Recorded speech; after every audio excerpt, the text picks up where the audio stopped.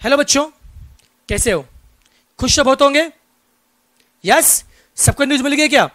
Exam हमारी postpone हो चुके हैं। जो एग्जाम जून में होने वाली थी, अब एग्जाम होगी जुलाई में। बेटा, जून का एग्जाम जुलाई में होगा। अभी भी शुभम सर ने वीडियो भी जारी किया था, डाला है कि जिस सर ने शेयर किया कि अब एग्जाम जुलाई में होगा। जैसे ही न्यूज आया, मुझे बहुत सारे बच्चों के मैसेज भी आए, कॉल भी आए कि सर एग्जाम पोस्टपोन हो गए, सर हम जीत गए। सर, गलती से मेरे मुंह से निकला कॉन्ग्रेचुलेशन, पर बाद में मैंने सोचा कि क्या बच्चों, क्या ये हमारी कोई जंग चालू थी? क्या हमारी आईसीएस के साथ में कोई जंग चालू थी क्या? मैंने सोचा नहीं ना, ये तो जंग वहां पे थी नहीं। बच्चों, ये जो जंग चालू थी, ये सिर्फ हमारी जंग नहीं है, ये पूरे इंडिया की, पूरे दुनिया की जंग चालू है। और पूरा दुनिया आज की घड़ी में जंग चल रहा है कोरोना के साथ में और आज के माहौल के साथ में। सेम थिंग, आप जैसे मासूम बच्चे, नन्हे मुन्ने बच्चे भी जंग कर रहे थे कि इस माहौल में पढ़ाई करने के बारे में जंग कर रहे थे, क्योंकि आपके लिए कंडीशन इतने एडवर्स हो गए थे कि उसे पढ़ाई करना बहुत मुश्किल हो रहा था और आपकी कहने की इच्छा थी कि थोड़ा सा और टाइम बढ़ा के मिलना चाहिए। तो मैं आपको बधाई देना चाहूंगा कि आपको और थोड़ा टाइम मिल गया। लेकिन बच्चों, मैं हमेशा बोलता हूं, जब भी आपको कुछ चीज मिलती है, आपके साथ में, उसके साथ में कुछ रिस्पॉन्सिबिलिटी आ जाते हैं। तो बच्चों, इसके साथ में हम समझ के लेते हमारे पास क्या क्या रिस्पॉन्सिबिलिटी आ चुके और उसको हमें कैसे निभाना चाहिए। ये वीडियो मैंने स्पेशल उसके लिए बनाया क्योंकि एग्जाम पोस्टपोन हो चुका है। ये न्यूज तभी सबको मिल चुका है, लेकिन अभी आगे करना क्या है, उसके लिए मैं वीडियो मैंने बनाया। सबसे पहली चीज देखिए, अब जब एग्जाम पोस्टपोन हुआ है, फर्स्ट फैक्ट समझिए बेटा, एग्जाम पोस्टपोन हुआ है, एग्जाम कैंसिल नहीं हुआ है। इट सिंपली मीन्स आपको एग्जाम देना है, इसका मतलब आपको पढ़ाई करनी है। अब पढ़ाई से पीछे हट नहीं सकते। इसका मतलब फर्स्ट फैक्ट है कि यार हमें अब पढ़ाई करनी पड़ेगी और पढ़ाई के एफर्ट्स बढ़ाने पड़ेंगे। सेकंड फैक्ट, कोई बच्चे पिछले कुछ दिनों से परेशान थे कि सर हमारे पास बुक्स अवेलेबल नहीं है, सर हमारा सेंटर एक सिटी में और हम सर रह रहे हैं हम लोग से एक सिटी में।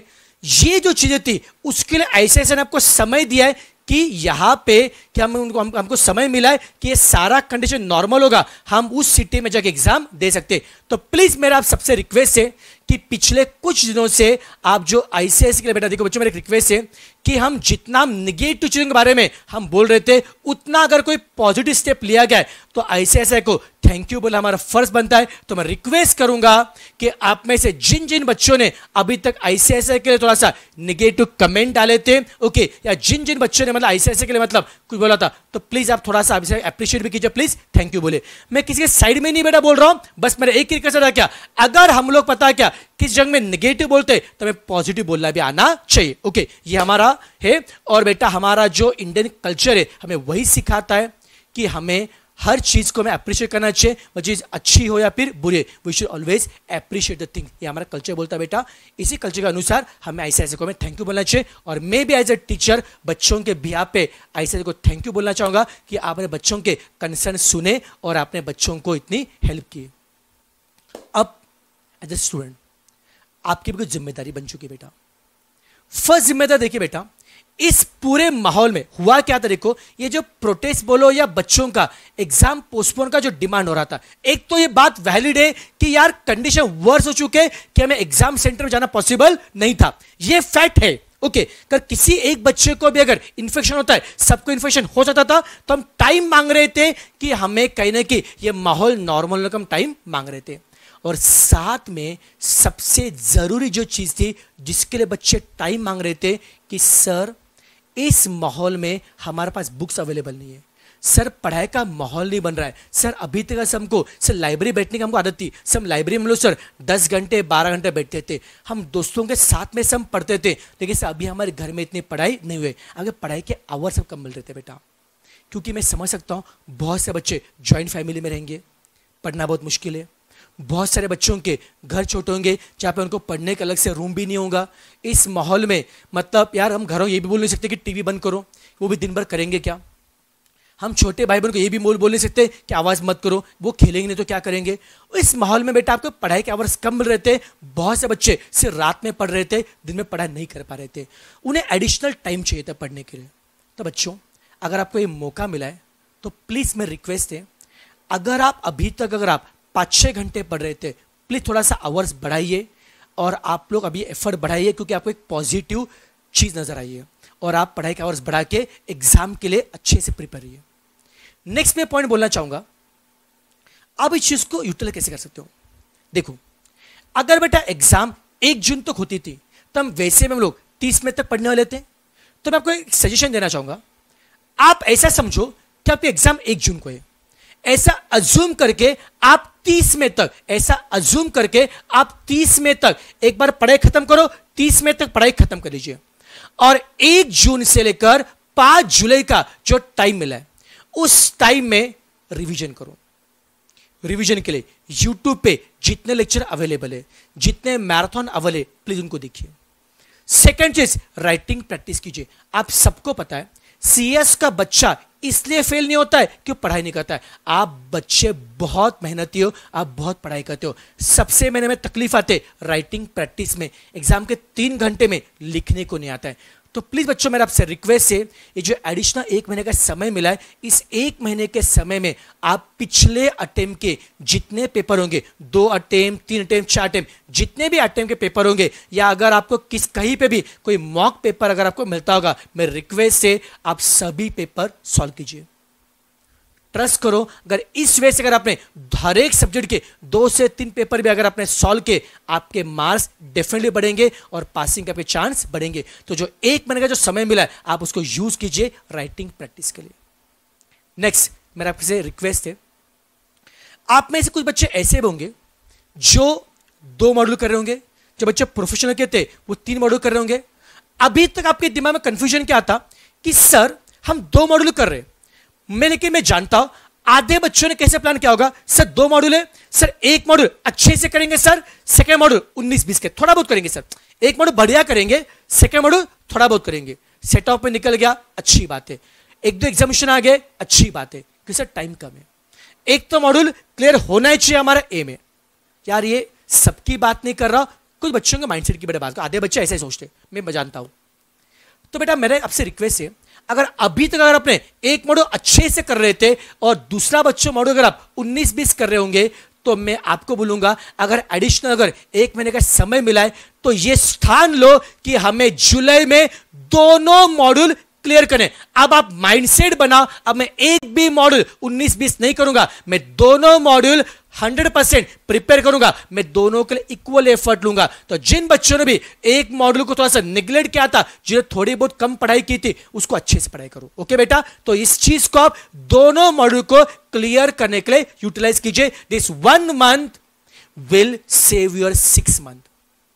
अगर आपका 1 मॉड्यूल भी जाता था तो आपके 6 महीने बड़े वेस्ट होते थे। सोचो अगर दोनों मॉड्यूल साथ में क्लियर करोगे तो आप जल्दी फाइनल में जाओगे, या आपको अच्छा चांस मिला है। तो आईसीएस ने आपको जो चांस मिला, सो थैंक यू बोले और बेटा उसको आप 2 मॉड्यूल के लिए तैयार हो जाइए।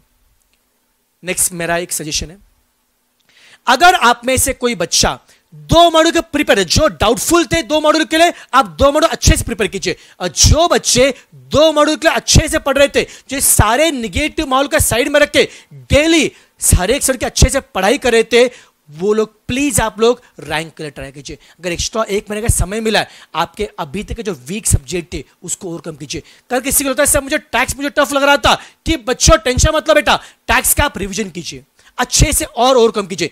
किसी का प्रैक्टिकल वीक लग रहा था, प्रैक्टिकल के फॉर्मूला रिवाइज कीजिए, मैक्सिमम क्वेश्चन आप सॉल्व कीजिए। अगर किसी बच्चे का थ्योरी लिखने में प्रॉब्लम था, राइटिंग प्रैक्टिस कीजिए, जिसके जरिए बेटा आपका स्कोर बढ़ेगा और हो सकता है कि एग्जाम में रैंक में आने के चांस बढ़ेंगे। अगर टाइम मिला है बच्चों तो आपको आपका एम्बिशन, आपका एम भी बढ़ाना पड़ेगा। ऐसे अगर आप एक्स्ट्रा टाइम एक्सपेक्ट करते हो तो एज अ टीचर मैं आपको बोलूंगा आपको आपका गोल भी बढ़ाना पड़ेगा। अगर अभी तक आपका गोल 1 ग्रुप क्लियर करना था, आपका गोल रखो 2 ग्रुप क्लियर करना। अगर आपका गोल 2 ग्रुप क्लियर करना था, आपका एम रखिए आपको रैंक में आपको आना है, ये बेटा एम रखिए। उसके अलावा अगर किसी बच्चे को प्रॉब्लम आ रहा था सर हमारे पास रिसोर्सेस नहीं है, तो प्लीज आप लोग जितने भी हमारे मैराथन लेक्चर है उसका इस्तेमाल कीजिए। और बच्चों इसी के साथ में मैं आपके साथ और एक अनाउंसमेंट शेयर कर रहा हूं। आप सबको पता होगा इंस्पायर एकेडमी के ऐप पे मैंने ओल्ड सिलेबस के कंपनी अकाउंट और कॉस्टिंग के लेक्चर तो शेयर किए थे, और उसके साथ में मैंने सीएस प्रोफेशनल का फाइनेंशियल मैनेजमेंट का लेक्चर शेयर किया था, जो डिस्क्रिप्टिव पैटर्न, क्योंकि बच्चों फाइनल के एग्जाम डिस्क्रिप्टिव पैटर्न में होते हैं, मुझे पता है एग्जीक्यूटिव एग्जाम एमसीक्यू बेस होती है, बट जिन एग्जीक्यूटिव बच्चों को कंसेप्ट के लिए देखना होगा वो लेक्चर आप लोग देख सकते हो। बच्चों यहां पे देखिए, जो बच्चे मैं रेगुलर बैच के बच्चे, जो पेंड्राइव के बच्चे, उन सबको पता है रेगुलर बैच में पूरा एमसीक्यू पॉइंटर से पढ़ाता हूं, ओके डिस्क्रिप्टिव एमसीक्यू। लेकिन अगर आप कंसेप्ट क्लियर करना होगा तो आप एफएम को लेक्चर भी आप लोग देख सकते हो। तो लेकिन उस लेक्चर का लास्ट डेट था 30 अप्रैल, आज का लास्ट डेट था। जैसे आईसीआईसीआई ने आपको एक्स्ट्रा मोहलत दिए तो मैंने सोचा क्यों ना यार मैं भी बच्चों को एक्स्ट्रा मोहलत दूं। यस बेटा, मैंने डिसाइड किया है कि जो एफएम के लेक्चर ऐप में जो 30 अप्रैल जो लेक्चर आज खत्म होने वाले थे, वो सभी लेक्चर का मैंने वैलिडिटी और 12 दिन से मैंने बढ़ा दिया है। आपके एफएम के लेक्चर बड़े चलेंगे 12 मई तक, तो 12 मई तक आप लेक्चर देख सकते हो, जो डिस्क्रिप्टिव पैटर्न में जहां से कंसेप्ट क्लियर हो जाएंगे। तो प्लीज ये न्यूज आप सभी दोस्तों तक शेयर कीजिए, तो ताकि मैक्सिमम बच्चे इसका यूज कर लेंगे। चलेगा बेटा, अब इतना सब मिल रहा है तो मैं नहीं चाहता कि सोचता कि कोई बच्चा आप में से इसका स्कोर कम हो जाएगा। उसके अलावा ये अनाउंसमेंट हो गया एग्जीक्यूटिव के लिए, लेकिन बच्चों आज का जो अनाउंसमेंट हुआ फाउंडेशन का, एग्जीक्यूटिव का, प्रोफेशनल का, एक मुझे दुख हुआ। बोलोगे सर क्या एग्जाम पोस्टपोन से आप खुश नहीं हो क्या? बेटा मैं खुश हूं, आपको टाइम मिला है, लेकिन बच्चों मैं एक बात से दुखी हूं, आज के अनाउंसमेंट में कहीं नहीं भी आईसीएसआई ने सीएस डबल डी का जिक्र नहीं किया। कुछ दिनों पहले आईसीआई का जो अनाउंसमेंट आया था, नोटिफिकेशन आया था, उसमें भी उन्हें बोला था foundation executive professional exam will be from 1 जून। आज बोला गया है foundation professional exam will be from 6 July, but ICICI ने कहीं पे भी सीएस डबल डी का जिक्र नहीं किया। मैं पूछना चाहता हूं, क्या आप डबल डी का भूल गए हो क्या?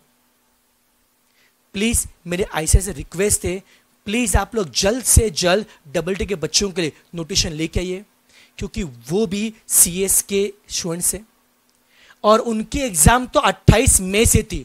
अगर आप जून के नोटिफिकेशन लेके आ रहे हो तो 28 मई से जो बच्चे एग्जाम देने थे उनके लिए तो आपको लेके आना ही पड़ेगा। तो जल्द आपसे रिक्वेस्ट है, जल्दी जल्दी डबल डी एग्जाम कब होगा क्लैरिफाई कीजिए। डबल डी के बच्चों के बिहाफ पे मेरे कुछ और भी रिक्वेस्ट आईसीआईसीआई से। सब बच्चों को पता है फाउंडेशन एग्जीक्यूटिव प्रोफेशनल ये एग्जाम कुछ अटेम्प्ट से चल रहे हैं, इसके मार्केट में बहुत सारे बुक्स अवेलेबल है, इसके मार्केट में क्वेश्चन बैंक अवेलेबल है, एमसीक्यू बुक अवेलेबल है, but double T exam first time होने वाले। अभी तक एग्जाम कभी कंडक्ट नहीं हुई थी, it was the first attempt, और इस अटेम्प्ट के लिए अभी तक कोई एमसीक्यू बुक नहीं बनाया गया है। तो मेरे आईसीआईसीआई से रिक्वेस्ट है, प्लीज आप एमसीक्यू बुक लॉन्च कीजिए। देखो इंस्पायर अपना बुक दे रहा है, हम एमसीक्यू बच्चों को दे रहे हैं, बट हर बच्चा इंस्पायर नहीं जुड़ा है। जो बच्चे आईसीआईसीआई से जुड़े हुए उन सभी बच्चों के लिए मैं रिक्वेस्ट करना चाहूंगा कि प्लीज आईसीआईसीआई आप उन बच्चों के लिए आप एक एमसीक्यू बैंक लॉन्च कीजिए, जिससे बच्चे अच्छे से पढ़ सकते हैं। जो बच्चा सेल्फ स्टडी भी कर रहा होगा वो मैक्सिमम प्रैक्टिस कर सकता है। तीसरा मैं रिक्वेस्ट आईसीआईसीआई है, अभी जो डबल टेक एग्जाम साल में 4 बार किया, इसे बच्चे कंफ्यूज कहां पे, मई का अटेम्प्ट अब जुलाई में होगा, जुलाई का अटेम्प्ट कब होगा, बच्चे कंफ्यूज है। मैं रिक्वेस्ट है कि इस एक साल के लिए डबल टेक एग्जाम साल में 4 बार के बदले एग्जाम साल में 2 बार किया जाए, जिससे बच्चों के डेट मिक्स ना हो। क्योंकि देखो आईसीआईसीआई ने क्या बोला था, जो बच्चा 5 मई तक रजिस्टर करेगा वो एग्जाम 28 मई को देगा, उसके बाद एग्जाम कब आएगा, जुलाई में आएगा। अब यहां पे कोई बच्चे कंफ्यूज है, सर अगर हमने रजिस्ट्रेशन अभी किया और एग्जाम नहीं हुआ तो हमारा क्या होगा, मतलब समझ ना, रजिस्ट्रेशन का डेट जो है और एग्जाम के डेट में बहुत कंफ्यूजन है। फाउंडेशन एग्जीक्यूटिव प्रोफेशनल के लिए एग्जाम फॉर्म सिस्टम है, बट डबल ईटी में एग्जाम फॉर्म सिस्टम नहीं है। ये बच्चे कहने के बहुत से बच्चे कंफ्यूज हो रहे, और कहने की पता कि यहाँ पे पोर्टल पे भी बहुत सा लोड आ रहा है, तो there are lot of student which are facing lot of query, उनको टेक्निकल प्रॉब्लम भी आ रहा है। तो मैं रिक्वेस्ट करना चाहूंगा कि डबल टेक एग्जाम हो सके तो साल में 4 बार के बदले साल में 2 बार ली जाए। बस इसी साल के लिए बात कर रहा है जो एबनॉर्मल ईयर है, उसके बाद में आपको जो करना आप लोग कर सकते हो, ओके। और थोड़ा सा उसके लिए क्लैरिफाई भी कीजिए, बच्चों का अटेम्प्ट कब रहेगा वो सब बड़ा क्लैरिफाई कीजिए, मैं ऐसे रिक्वेस्ट करना चाहूंगा, ओके। बस इतना मुझे बोलना था।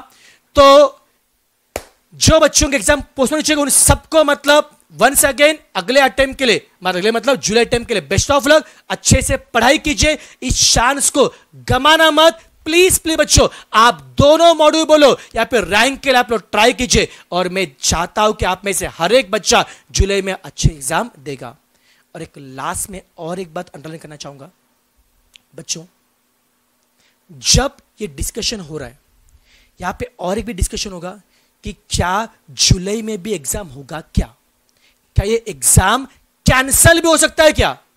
बेटा अभी मैं किसी चीज को हां भी नहीं बोल रहा, नहीं भी नहीं बोल रहा। अभी तक इतने दिनों में आज तक मैंने कोई भी बता के वीडियो बना के डिस्कशन नहीं किया था, कि मुझे पता है कि यहां पे ऑलरेडी पता क्या इतना सब चल रहा था कि बच्चों में और कंफ्यूज नहीं करना चाहता हूं।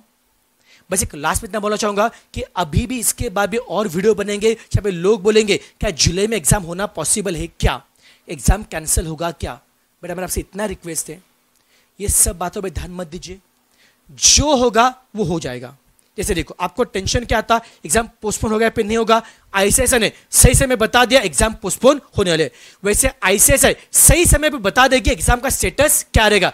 बस मेरी आपसे रिक्वेस्ट है, प्लीज ट्रस्ट ऑन आईसीएसआई, उन पे आप ट्रस्ट रखिए और बस आप लोग आपके पढ़ाई पे फोकस कीजिए। आप ऐसा अज्यूम करो आपके एग्जाम जुलाई में होने वाले, ऐसा अज्यूम करके आप पढ़ाई पूरी कंप्लीट करो। एग्जाम कभी भी होगा वो हमारे हाथ में नहीं है, पर पढ़ाई करना हमारे हाथ में, और निगेटिव माहौल से निकल के पॉजिटिविटी से पढ़ाई करना हमारे हाथ में। चलेगा बेटा, इतनी बस मेरी रिक्वेस्ट है।